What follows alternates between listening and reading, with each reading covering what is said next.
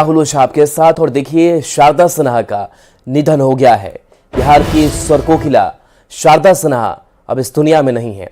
Delhi AIIMS में जिंदगी की जंग लड़ते लड़ते दुनिया को उन्होंने अलविदा कह दिया। लंबे समय से शारदा सिन्हा बीमार चल रही थी। दिल्ली एम्स में शारदा सिन्हा इलाजरत थी। लगातार उनका इलाज किया जा रहा था। न्यूज़ 18 ने भी एक बड़ी कोशिश की कि उनकी जान जिंदगी बच जाए, लेकिन ऐसा हो नहीं सका। लगातार डॉक्टरों की देखरेख में उनका इलाज चलता रहा। प्रधानमंत्री नरेंद्र मोदी ने भी कॉल किया उनके बेटे को कि सब कुछ ठीक हो जाएगा, लेकिन कुछ ठीक हो नहीं सका। और आखिरकार शारदा सिन्हा ने अंतिम सांस ली और शारदा सिन्हा अब हमारे बीच में नहीं है। तो दिल्ली एम्स में वो इलाजरत थी। अंत समय में वेंटिलेटर पर गई और जब उनके बेटे अंशुमन से बातचीत हो रही थी तो न्यूज़ 18 के साथ भी उन्होंने अपनी बात साझा की कि मां ने अपनी पुतलियां हिलाई, कुछ इशारों में बात किया। जिंदगी की जंग वो लड़ते लड़ते अब हार गई। तो देखिए, आज छठ व्रत का दूसरा दिन है। आज खरना होना है, खरना का प्रसाद बनना है। और ऐसे में शारदा सिन्हा की जो गीत है वो हर घरों में गूंज रहे हैं। हर घरों में वो गाने सुनाई दे रहे हैं। लेकिन छठ अधूरा सा लगता है शारदा सिन्हा के गीतों के बिना। अब तो हमारे बीच शारदा सिन्हा ही नहीं है। तो पटना में शारदा सिन्हा का अंतिम संस्कार होगा। खबर मिल रही कि आज सुबह 9:40 पर इंडिगो फ्लाइट से शव को लाया जाएगा। रात 3:30 पर शव एम्स से दिल्ली के लिए IGI एयरपोर्ट के लिए रवाना हुआ। सुबह 4:30 पर एम्स से दिल्ली के IGI एयरपोर्ट शव पहुंचा। तो आज फ्लाइट से शव को पटना लाया जाएगा। बता दें कि आज सुबह 9:40 की इंडिगो फ्लाइट से शव को पटना लाया जाएगा। तो पटना में शारदा सिन्हा का अंतिम संस्कार होगा। और इस अंतिम संस्कार के दौरान भी लोगों का हुजूम देखने को मिलेगा।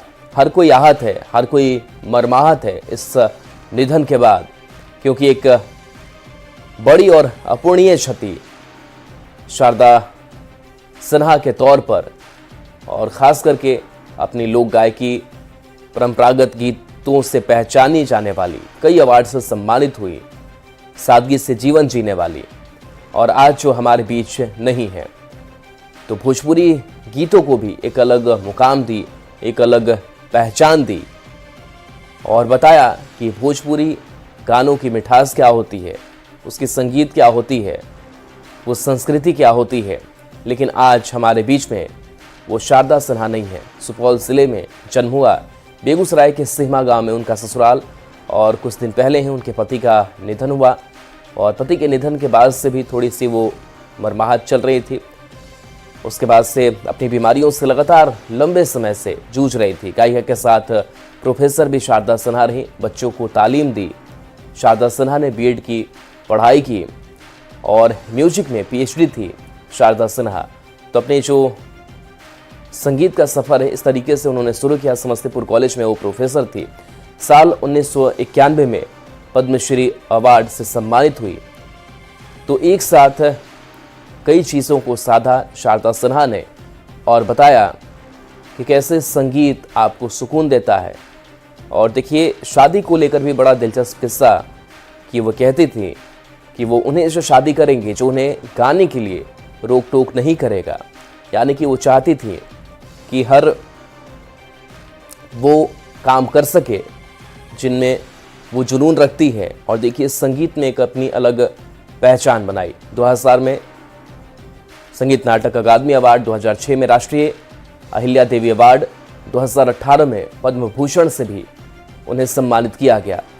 तो छठ महापर्व के पहले दिन शारदा सिन्हा का निधन हुआ। साल 1991 में पद्मश्री अवार्ड से सम्मानित शारदा सिन्हा की गई। 2000 में संगीत नाटक अकादमी पुरस्कार।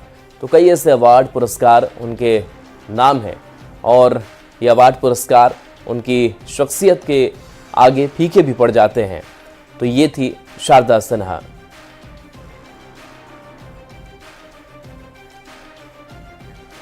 और न्यूज 18 संवाददाता आनंद अमृतराज हमारे साथ जुड़े हुए हैं लाइव। आनंद, बड़ा ही दुखद, शारदा सिन्हा हमारे बीच नहीं है। आज अंतिम संस्कार को लेकर के क्या शेड्यूल है? कब फ्लाइट से उनका शव पहुंचेगा, पार्थिव शरीर पहुंचेगा? क्या जानकारी आपके पास? देखिए राहुल, बीजेपी के सांसद हैं मनोज तिवारी, उन्होंने जो दिल्ली में बयान दिया, अगर उसके हवाले से देखें तो 9:40 के फ्लाइट से दिल्ली से स्वर्गीय शारदा सिन्हा का पार्थिव शरीर पटना लाया जाएगा। और ये जो आवास, इस वक्त हम राजेंद्र नगर में आवास में मौजूद है, नारायणी, जहां पे शारदा सिन्हा रहा करती थी, उनके इस आवास पे उनके पार्थिव शरीर को लाया जाएगा। और उसके बाद जो भी जिन्हें दर्शन करना है वो यहाँ पे उनके पार्थिव शरीर को दर्शन करेंगे। और उसके बाद उम्मीद है कि जैसे ही उनका पार्थिव शरीर यहाँ आएगा, बड़ी संख्या में लोग हैं जो यहाँ पर पहुंचेंगे, जो उनके चाहने वाले, जो उनके शुभचिंतक। और जाहिर सी बात है, हम जिस जगह पे मौजूद हैं वो राजेंद्र नगर का इलाका माना जाता है और नारायणी उनका निवास है, शारदा सिन्हा जी का निवास था और यहाँ पे वो रहा करते थे। और जैसे ही इस बात की जानकारी उनके मोहल्ले के लोगों को मिली, उसके बाद भी लोग गमजदा हैं और कई सारे लोग यहाँ पे हैं जिन्होंने कभी न कभी शारदा सिन्हा से मुलाकात की। सर आइए, आप लोग इसी मामले कहते, क्या कहेंगे? आज तो शारदा सिन्हा जी नहीं रही। शारदा सिन्हा रही, बहुत दुखित की बात है। हम लोग पूरा बिहार वासियों के लिए ये बात है, क्योंकि छठ पूजा का उनका गीत चलता था। आज भी उनको अगर ये माना जाए, देखा जाए कि बिहार में पूरे जो भी पर्व होता है, हम लोग आस्था का महापर्व छठ पूजा में, वो 10 गीत में से 8 उन्हीं का रहा है। अभी भी सुनने में वो ये गीत उनका यादगार रहेगा। और हमारे पूरे ये इनके जो गाना जो रहा है पूरा देश विदेश में भी छठ पूजा का, या तो छठ पूजा हो या तो शादी का हो, मतलब इन्हीं का गाना था ये रहेगा। अच्छा, जब शारदा जी यहाँ पे आती थी मोहल्ले में, आप लोग इसी मोहल्ले के रहने वाले, कभी मुलाकात वगैरह हुई? हाँ, मुलाकात होती थी गेट वेट पर कभी का। क्या कहेंगे, आज वो नहीं रही? बहुत दुख की बात है, नहीं रहने से हम लोगों को तो बहुत दुख लग रहा है। क्या कहेंगे सर? बहुत दुख की बात है। उनकी गाना से हम लोग जो है बहुत ये होते थे, शुभ काम हो या छठ की पूजा हो, लेकिन हम लोग से बार बार मुलाकात होती थी और बहुत अच्छे से व्यवहार थी उनका। यही सब हम लोग कहें, बहुत बिल्कुल। क्या कहेंगे, नहीं रही? कभी मुलाकात हुई शारदा जी साहब? जी, मुलाकात हुई थी, 2-3 बार हुई थी, और खास करके मेरे डिस्ट्रिक्ट सुपौल जिला की रहने वाली। अच्छा, सुपौल की, जी बिल्कुल। जी। तो क्या कहेंगे, जैसी जानकारी मिली क्या था? बहुत दुखद घटना है सर, क्योंकि आस्था का पर्व है छठ पूजा हम लोग की। क्या कहेंगे? आपको भी तो वही कहना है कि वो जो चले गए, इस समय में रहते तो जगह जगह पर वो प्रोग्राम देते थे। दशहरा के समय में भी आते थे, पटना के अंदर में प्रोग्राम अच्छे अच्छे करते थे। और जो है भक्ति गीत में जो है से सबसे ज़्यादा छठ का कराते थे। उसके बाद में जो है से विवाह का भी, शुभ विवाह का भी गीत बहुत अच्छे अच्छे। देखिए, कई यादें हैं। और मैं राहुल आपको बताऊं, जो हमारे सहयोगी हैं रवि, वो भी इसी मोहल्ले में, इसी शारदा सिन्हा घर के ठीक पीछे रहते हैं। और आपको याद होगा कि जब पटना में जलजमाव की स्थिति हुई थी जबरदस्त बारिश की वजह से, तो शारदा सिन्हा इसी घर में फंस गई थी और हमारे सहयोगी रवि ने यहाँ पर पहुंचकर उन्हें यहाँ से सुरक्षित निकाला था। कई सारी यादें हैं। रवि, क्या कहेंगे? देखिए आनंद, उनका जाना पूरे बिहार, पूरे देशवासियों के लिए बिल्कुल शोकाकुल विषय है। लेकिन खास करके इस मोहल्ले में जो रहते हैं, अब मैं इनके साथ, इनका पड़ोसी लगभग 1 दशक से ज्यादा समय से हूं और इनके कई इंटरव्यू किए हैं। लेकिन बावजूद जो पड़ोसी में होने का जो लगाव है, आप देखते होंगे कि पूरे मोहल्ले के जो लोग हैं वो गमजदा हैं, क्योंकि हर कोई यहाँ से चाहता है। कभी छत पे रियाज करते हुए दिखाई पड़ती थी तो लोगों की भीड़ लग जाती थी, शारदा जी से कर रहे हैं। और वैसे परिस्थितियों में मुझे याद है कि 2019 में जब जलजमाव हुआ था और वैसे परिस्थिति में 2 दिन तक फंसी थी, किसी को पता नहीं था, हम लोग भी अपने काम में लगे थे। लेकिन उस समय रेस्क्यू किया था, तो एक मौका आया था जहाँ पे हम लोगों ने रेस्क्यू किया था। तो आज उनके नहीं रहने से हम आपसे बात करेंगे। आप यहाँ पे कब से पेपर देते हैं? यहाँ बहुत दिन से दे रहे हैं सर। आज पेपर पढ़े सुबह में?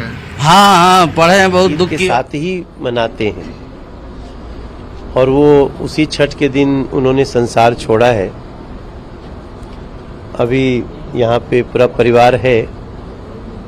कल सुबह यहाँ से मैं सबको ये सूचना करना चाहता हूँ कि कल सुबह 9:40 की फ्लाइट से वो परिवार उनका, उनके शरीर को लेकर के पटना जाएगा और पटना में उनकी अंत्येष्टि होगी। बाकी वहाँ कल होगी या परसों सुबह होगी, इसकी सूचना दे दी जाएगी। शायद परसों ही सुबह सुबह उनका अंत्येष्टि पटना में होगा। कल उनका पार्थिव शरीर अंतिम दर्शन के लिए भी पटना में 12 बजे के बाद रखा जाएगा। तो देखिए, ये तस्वीर दिखा रहे थे मनोज तिवारी ने भी जानकारी दी कि पार्थिव शरीर बहुत शॉकिंग है हम परिवारों के लिए, तो परिजनों के लिए तो जो झटका लगता है वो लगता ही है, पर माँ सबकी थी, सबके बहुत करीब थी और ये गुण था उनके व्यक्तित्व का कि उनकी गायकी भी ऐसी थी कि सब अपना लेते थे। तो ये झटका सबको लगा है और ये दुख जितना मुझे हो रहा है, मैं बहुत श्योर हूँ ये सबको उतना ही दुख हो रहा होगा, क्योंकि उनमें जो मातृत्व था वो मातृत्व उनकी गायकी से लेकर उनके व्यक्तित्व तक एक जैसा झलकता था और वैसे ही लोगों ने भी उनको आत्मसात किया है। तो ये दुख का पल है और छठ के ही समय पे ऐसा हो जाना ये एक कॉस्मिक कॉन्स्पिरेसी है, क्या कहा जाए। पर अब लोग उनके लिए प्रार्थना करें, आत्मा की शांति के लिए प्रार्थना करें, उनके किए हुए कृत्य को याद करें, उसके अच्छे जो गुण थे उसको अपनाने की कोशिश करें। यही संदेश है सबके लिए। अधूरा तो लगेगा, ये अभिन्न अंग थे दोनों एक दूसरे के।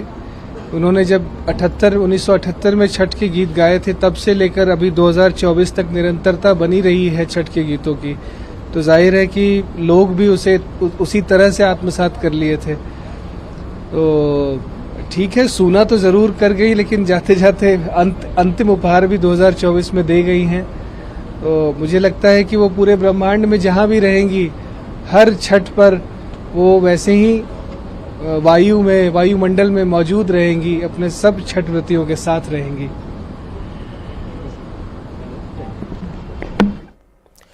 तो देखिए, उनके बेटे अंशुमन बता रहे थे, उस यादों को साझा कर रहे थे और वाकई अंशुमन समझ रहे होंगे कि माँ को खोने का दर्द क्या है और ये दर्द आज पूरे बिहारवासी, देशवासी भी समझ रहे हैं। आनंद, आप बातचीत कर रहे थे लोगों से और बड़ा ही एक भावुक क्षण आपने दिखाया कि जो अखबार बांटने वाला है वो आज अखबार पढ़ा होगा कि जिस घर में वो अखबार देने जाता है आज वहां की मालकिन नहीं है।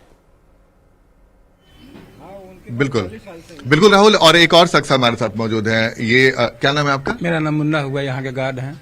कितने साल से है मुन्ना जी? 5 साल से। अच्छा, जानकारी तो मिल ही गई होगी। जी जी, जानकारी मिला तब तो आ रहे हैं ना सर। 9:20 में मालूम चला, भागे भागे आ रहे हैं। नहीं रही? नहीं रहे।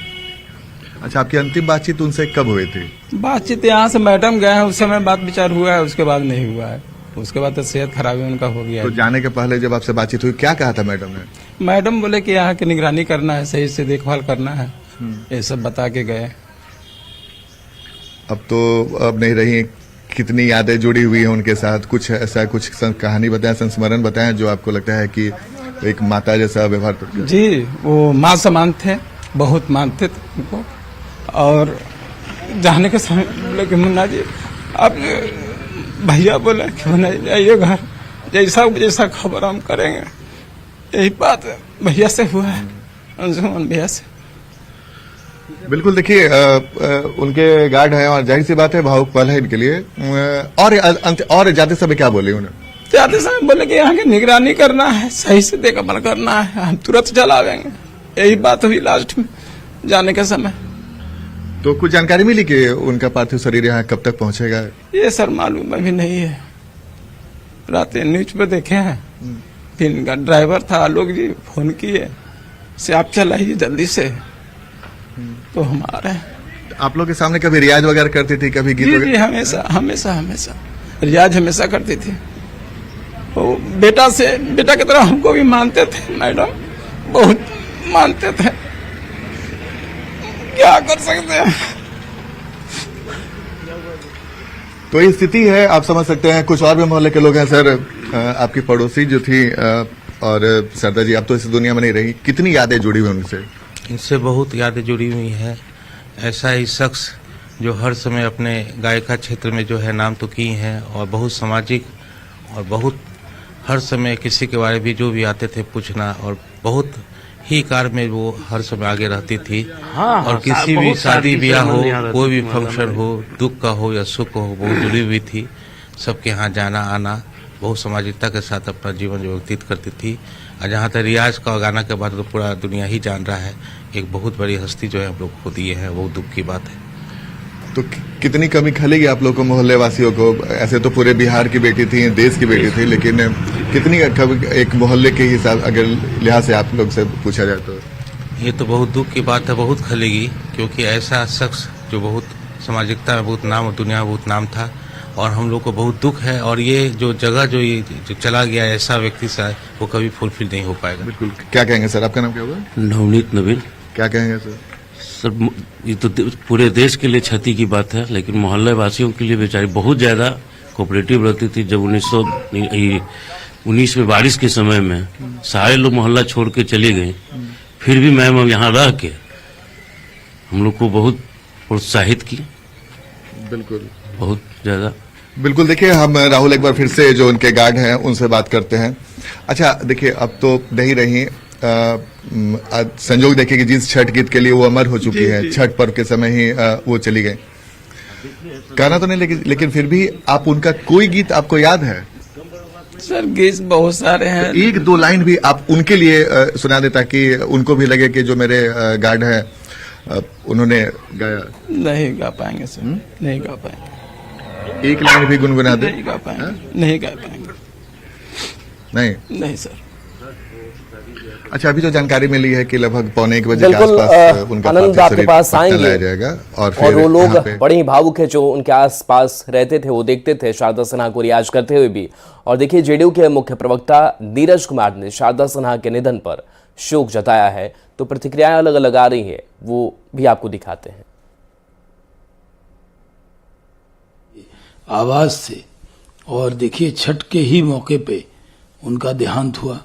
हम सबको इसका बहुत दुख है। ऊपर वाला उनके परिवार को ये कष्ट सहने की ताकत दे। हम सब बिहार वाले और देश के लोग जो उनसे प्यार करते हैं उनको हिम्मत दे कि वो इस दुख को सह सके। कभी भी शारदा जी को हम सब भुला नहीं सकते।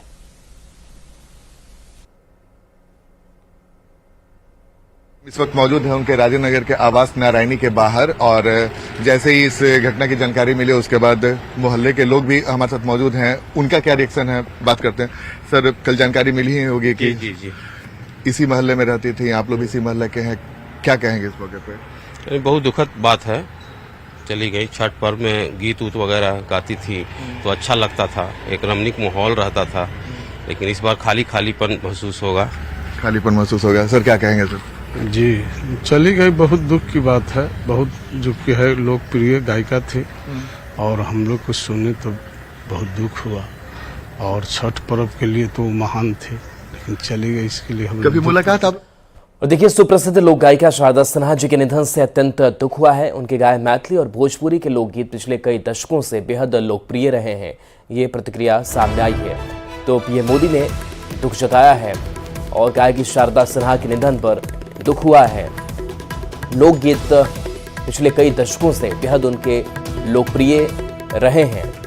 आस्था के महापर्व छठ से जुड़े उनके सुमधुर गीतों की गूंज भी सदैव बनी रहेगी। जगत के लिए एक अपूरणीय क्षति है। प्रधानमंत्री नरेंद्र मोदी ने कहा, शोक की इस घड़ी में मेरी संवेदनाएं उनके परिजनों और प्रशंसकों के साथ है। ओम शांति। तो शारदा सिन्हा के निधन के बाद पटना स्थित उनके घर पर सन्नाटा पसरा हुआ है। उनके घर से और अधिक जानकारी दे रहे हैं रवि एस नारायण। गायन को नई पहचान देने वाली स्वर कोकिला शारदा सिन्हा जी का आज देहांत हो गया, और उनके निधन से पूरे बिहार में शोक की लहर है। अभी हम उनके जो राजेंद्र नगर स्थित आवास है, हम वहां खड़े हैं, और ये देखिए वहां पे उनके बोर्ड पे पद्मश्री प्रोफेसर शारदा सिन्हा ये लिखा हुआ है। एक समय था जब इन घरों से हमेशा उनके प्रैक्टिस करने की या फिर लगातार लोक गीतों की आवाज जो है वो गूंजती थी। तमाम जो मोहल्ले के लोग हैं वो इस बात का इंतजार करते थे कि उनके गाने के जो आवाज हैं इन दीवारों से छन करके बाहर आए और लोग सुनते थे। लेकिन आज इस घर में सन्नाटा पसरा हुआ है। यहाँ पे कोई नहीं है, पूरा परिवार दिल्ली में है, लेकिन जो केयर टेकर हैं वो फिलहाल यहाँ पे मौजूद हैं, बिल्कुल गमगीन हैं। और ये नारायणी निवास जिस नाम से जाना जाता है शारदा सिन्हा का आवास, यहाँ पे बिल्कुल सन्नाटा पसरा हुआ है। पिछले कई दिनों से दिल्ली एम्स में भर्ती थी और जिंदगी से जंग लड़ रही थी। प्रधानमंत्री से लेकर के मुख्यमंत्री तक तमाम मंत्रियों ने उनके लिए दुआएं की। लगातार एम्स प्रशासन को इलाज के लिए लगातार कहते भी रहे कि जो भी व्यवस्थाएं हैं वो बेहतर से बेहतर की जाए, लेकिन उन्होंने आज लगभग 9:28 पर अंतिम सांस ली है और एक ढंग से कहें कि पूरे लोक कला को, लोक गायन को एक सन्नाटा पसर गया है। सबसे ये अचंभित वाली बात है या फिर ये यूं कहें कि ये एक इत्तेफाक ही है कि जिस छठ गीत को एक नई पहचान शारदा सिन्हा ने अपने गानों के जरिए दिए, इस छठ गीत में जब तक शारदा सिन्हा का गाना नहीं बजता है तब तक लोगों को अधूरा लगता है, लेकिन इसी छठ पूजा के समय में उन्होंने अंतिम सांस ली है। चारों तरफ जो है वो गमगीन है माहौल। मुख्यमंत्री से लेकर के तमाम लोग, लालू प्रसाद यादव हों, प्रधानमंत्री हों, तमाम लोग उन्हें श्रद्धांजलि अर्पित कर रहे हैं। लेकिन इतना तो है कि शारदा सिन्हा के जाने से लोक गीतों का एक अपूर्णीय क्षति जरूर हुई है। पटना से रवि एस नारायण की रिपोर्ट।